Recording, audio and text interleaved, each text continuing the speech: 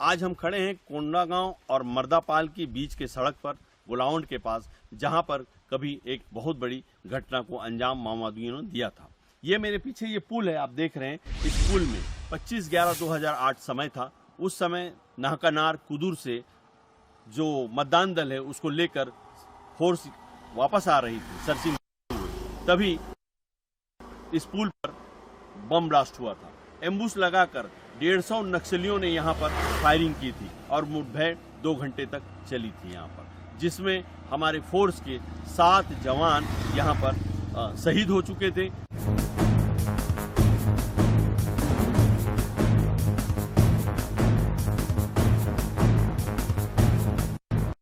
मैं दिखाना चाहूंगा ये पेड़, जिस पेड़ के नीचे हमारे जितने भी घायल जवान थे और सुरक्षा जवानों में से जो जिनकी मृत्यु हो गई थी, उन लोगों का शव यहाँ पर रखा गया।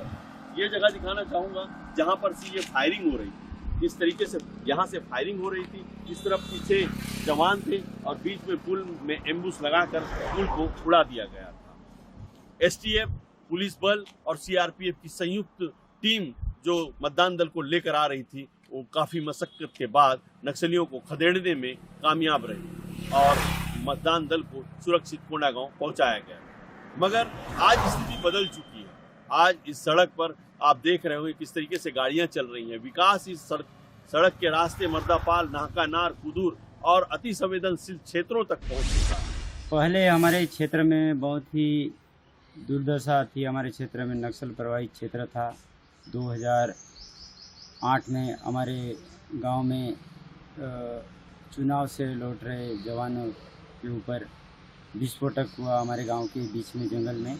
उसमें हमारे कोंडागांव क्षेत्र से, कोंडागांव ज़िले से 7 जवान शहीद भी हुए और उस समय बहुत ही हमारे क्षेत्र के सभी ग्रामीणों का जीना बहुत ही मुश्किल था। नक्सलियों का डर था और उस समय जिस प्रकार से हमारे ग्रामीण पिछड़ा हुआ था, हमारे क्षेत्र में रोड की स्थिति भी बहुत बदतर थी।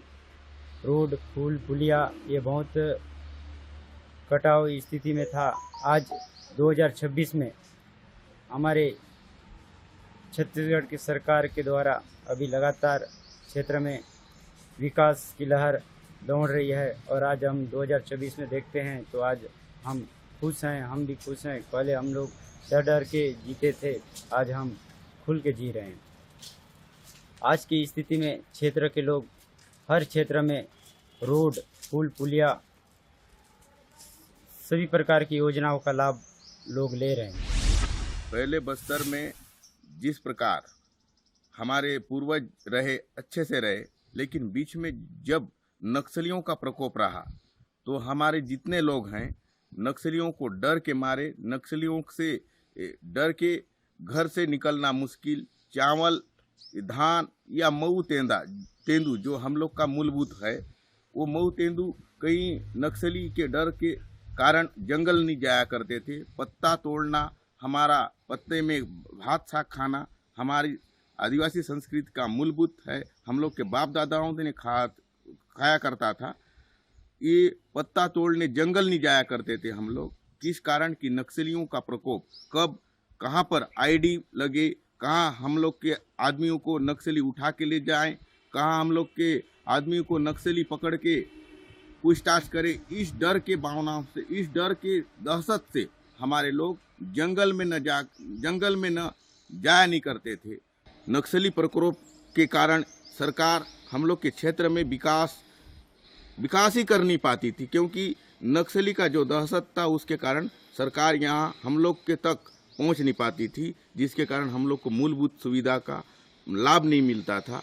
आज के डेट में हम देश के प्रधानमंत्री और छत्तीसगढ़ राज्य के मुख्यमंत्री को धन्यवाद देना चाहते हैं कि आज जैसे बस्तर में डेडलाइन जारी हुआ है नक्सली खात्मे का, इसको आज रोड, पुल, पुलिया और सरकार से हम लोग का सीधा जुड़ाव और सरकार आके हम लोग के क्षेत्र में पुल, पुलिया और रोड निर्माण कर रही है कि हम लोग के क्षेत्र में रोड एक पंचायत से दूसरे पंचायत में, दूसरे ग्राम में, आश्रित ग्राम में रोडों का अभाव था।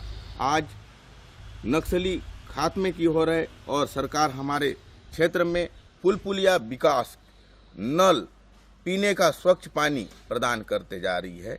इससे हम लोग सरकार से जुड़ रहे हैं और विकास का भी बहुत अच्छा प्रकोप इस क्षेत्र में मिल रहा है। जी हाँ, मैं निश्चित तौर पर सरकार का धन्यवाद देना चाहूँगा, क्योंकि जिस प्रकार हम लोग नक्सली प्रकोप से डर डर के जीवन जीते थे, आज हम खुले वातावरण में, नदी हो या नाला हो, जंगल हो या पहाड़ हो, सभी जगह से हम लोग अपना जो जंगल से मिलता था महुआ तेंदू, उसको अच्छे से जाके हम लोग इकट्ठा कर पा रहे हैं।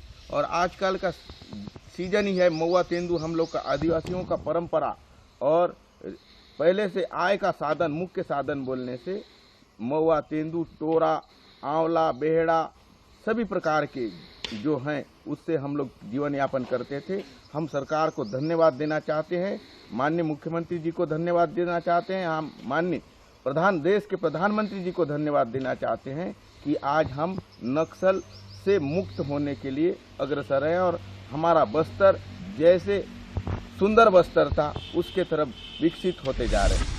हम खड़े हैं बड़े डोंगर छेरीबेड़ा मार्ग पर, जहां पर कभी बस्तर का पहला बारूदी विस्फोट हुआ था।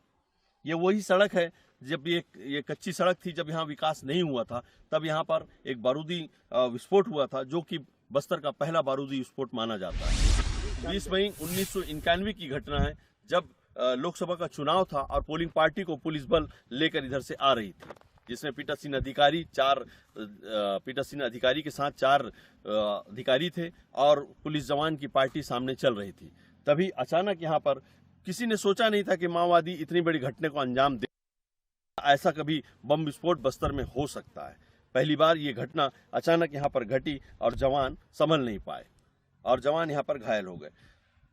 प्रत्यक्षदर्शी में जो पीठासीन अधिकारी थे आज हमारे साथ मौजूद हैं। हम उससे जानते हैं कि क्या कुछ हुआ था उस दिन और किस तरीके से ये घटना घटी थी, जो कि बस्तर की पहली बारूदी विस्फोट घटना बनी। आइए हम आपको मिलाते हैं।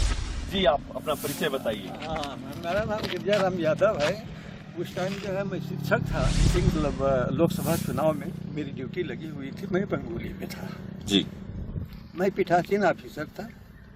शाम के टाइम पोलिंग का सब काम खत्म करने के बाद हम लोग उधर से आए।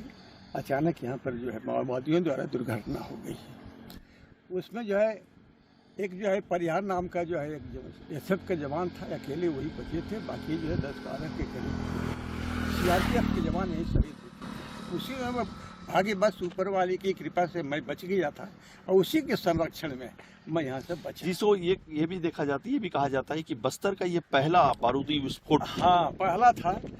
और ये दूसरे दिन जो 21 का जो है वो जो राजीव गांधी का जो है दक्षिण भारत में उनका हो गया, इस कारण यहाँ का दब गया। 20 को यहाँ हुआ, 21 को राजीव गांधी जी की हत्या हुई थी। तो यहाँ पर जिस तरीके का जो घटना घटा जी, तो इसके बाद में जो पोलिंग पार्टी थी, पोलिंग पार्टी को किस तरीके से यहाँ सुरक्षित निकाला गया? फिर यहाँ से जो फोर्स आई थी, तो क्या बोलते बड़े डोंगर में रुकी हुई थी। यहाँ पर तो जो मतलब गोलियों के जो बौछार चल रही थी रात पर, उधर से अकेले मोर्चा संभाला हुआ था सीआरपीएफ जवान। और यहाँ से जब केंद्र को मालूम, वहाँ क्या बोल जगदलपुर के जो कलेक्टर को जो मालूम हो गया, तो वहाँ से फोर्स आई थी यहाँ और आ करके यहीं जो है डोंगर में रुकी हुई थी, क्योंकि चारों तरफ से जो है गोलियां चल रही थी, तो आए अंदर नहीं आए। फिर उन्हीं के जरिए से यहाँ की पोलिंग लोग निकाला गया। तत्कालिक उस वक्त में तो आपने देखा होगा सड़कें भी नहीं रही होंगी। हाँ, उस टाइम तो यहाँ कुछ भी नहीं था।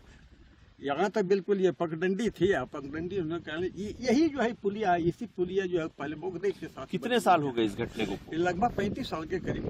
35 साल में क्या कुछ बदला है बस्तर में? 35 साल में तो इतना बदल गया है, जमीन आसमान का अंतर आ गया है। उस टाइम जो है नक्सलाइटों का जो है स्टार्ट था, शुरू था, प्रारंभ था।